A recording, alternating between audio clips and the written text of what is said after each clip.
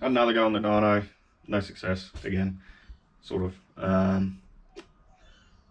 Took a wastegate spring out, chucked it on the dyno, 98 killer.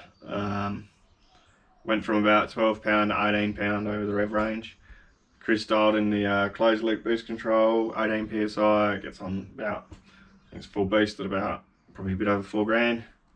So that was killer. I think in the end, 18 pound was about, I think it was about 330 kilowatt, something like that. But at that point, decided to start the flex fuel tune, put some ethanol in it. Ethanol sensor worked, which is good. Had 50% ethanol content, and we're starting to do the tune. Here she is. And had 50% ethanol content in it, and starting to ramp the boost up a bit, and you know, starting to tune it up on ethanol, and started getting a misfire under load. Now we decided we'll have a look at the plugs and all that normal business, and what we found pretty quickly was, so I got these R35 coils from, I don't know if I should say, but anyway, we've got R35 coils, no brand, no name, cheapies. I made the mistake of cheaping out and going with the cheaper option, since genuine ones are over $100 a pot, so it's straight up, oh well, fucking rubbish, 600 bucks, 700 bucks or so for a set. Just try and hold this still. So if you have a look in here, we got, take the boot off, and yeah, there's a little resistor, number cylinder 1 coil. Oh, see you later. Let's grab that so you can see. My hands are a bit dirty, but cylinder 1 coil, that's the resistor. Fried. And there's another one that we got out, and it looked a bit cooked as well. So they're all shit, basically. And I've, as they say, poor man pays twice. Paid twice, got another set. Here we are. My tart cheese. So spent big, got the good ones, hopefully. Made in Japan, all that shit. So now I'm just chucking them in. Put a new set of plugs in as well, just as you do every time you pull the coils out, because you like spending lots of money on shit. So I've already done that. New plugs. Other than that, it was going well. It was looking good. I think we're at probably, I don't know if we ramped the boost up at all, but we're getting up to about the same sort of power we're at before, but less boost. I think I was about 18 pounds still on E80 E50, and we're making about 375 kilowatt, no extra timing or anything like that, so should start getting pretty spicy pretty soon.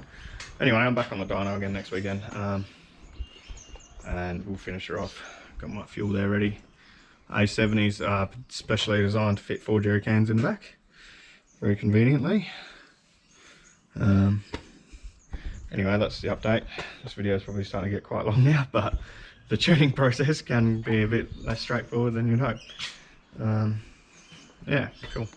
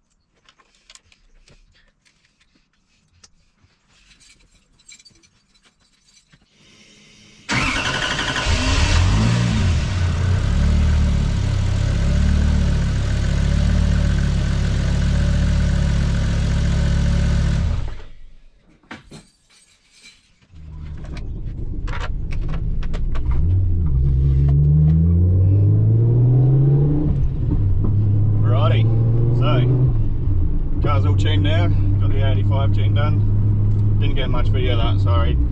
I was actually driving the car while I was on the dyno, operating the dyno, learning all that stuff. Chris is teaching me how to do all that, getting me ready. So yeah, anyway, it's all tuned on the 85. It is actually probably a week or two after I tuned it now, because I've just been lazy, I haven't gotten around to filming it yet. But anyway, here we are. I've been making some adjustments to the tune as I go as well, driving it, getting the log, and adjusting it accordingly.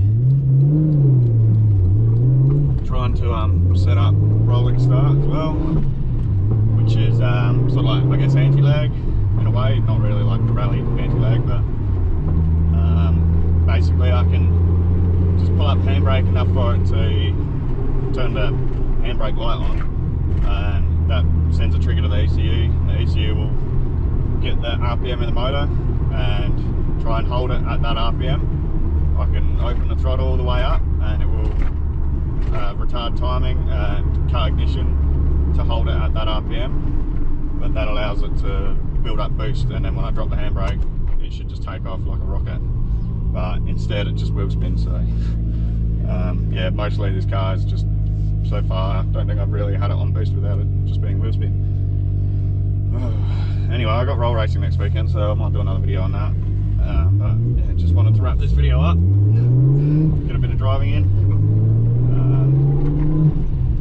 Maybe I'll do a pull when there's less traffic around. Ended up making 601 horsepower or something, which is 445 kilowatts roughly on the dyno. It was about 25 pound a boost, not quite, I think it's 24 or so. About 18 degrees of timing up there as well, so nothing crazy. It is a standard motor, so it can't go too hard, but 600 horsepower is definitely more than enough. That's on a roller dyno too, not a hub dyno or an engine dyno.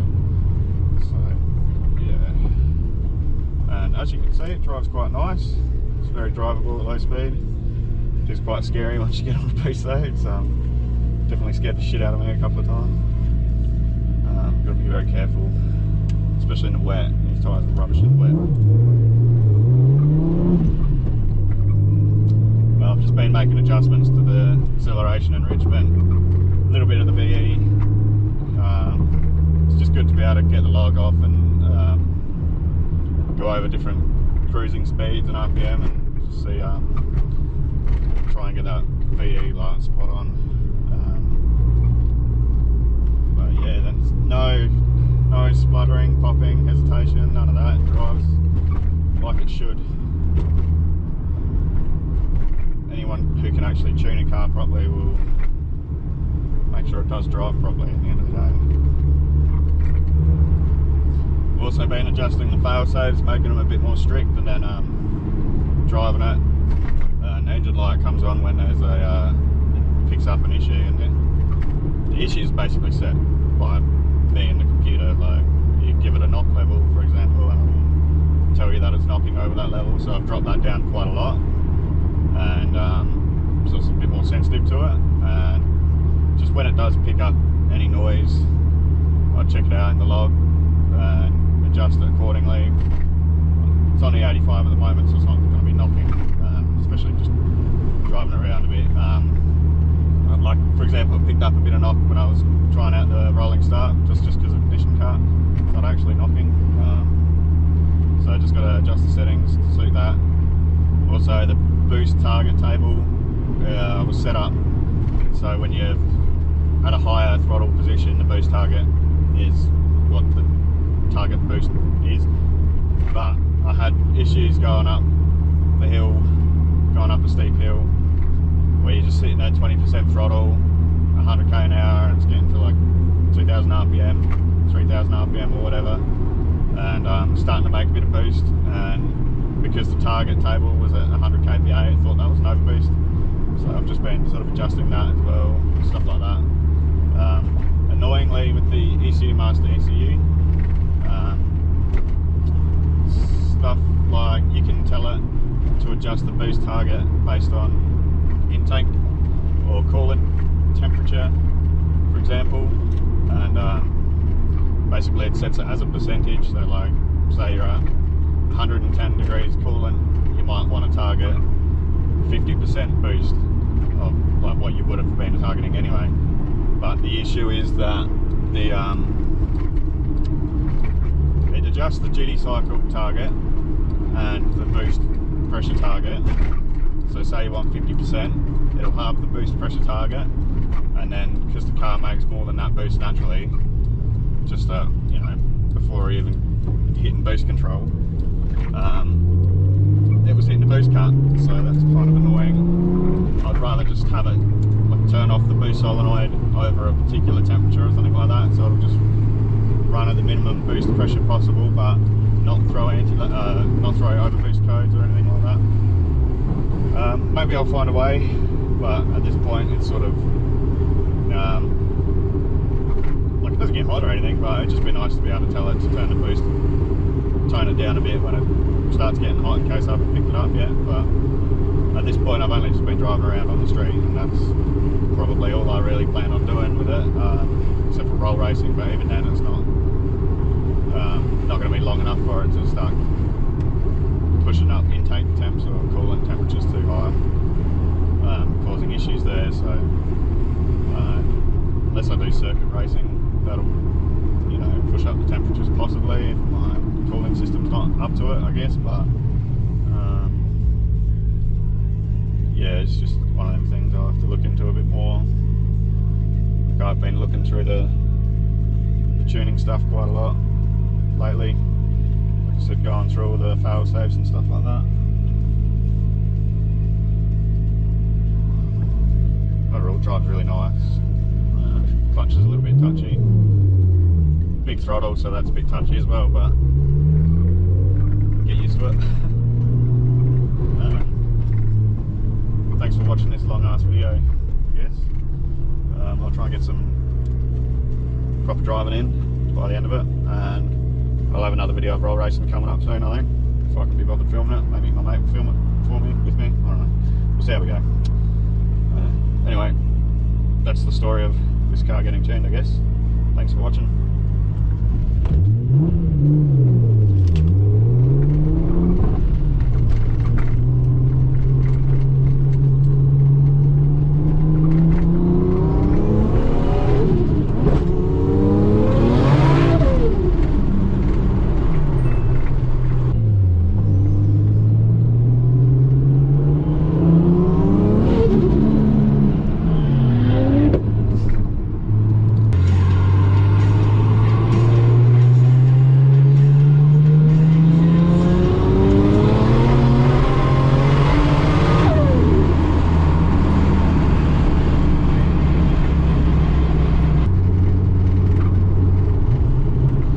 Rolling start function, so I'm going about 70.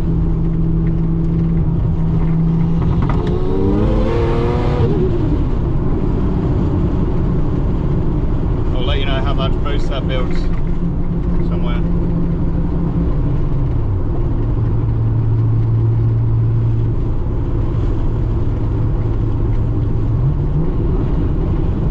Let's do that at 90, 4,000 RPM.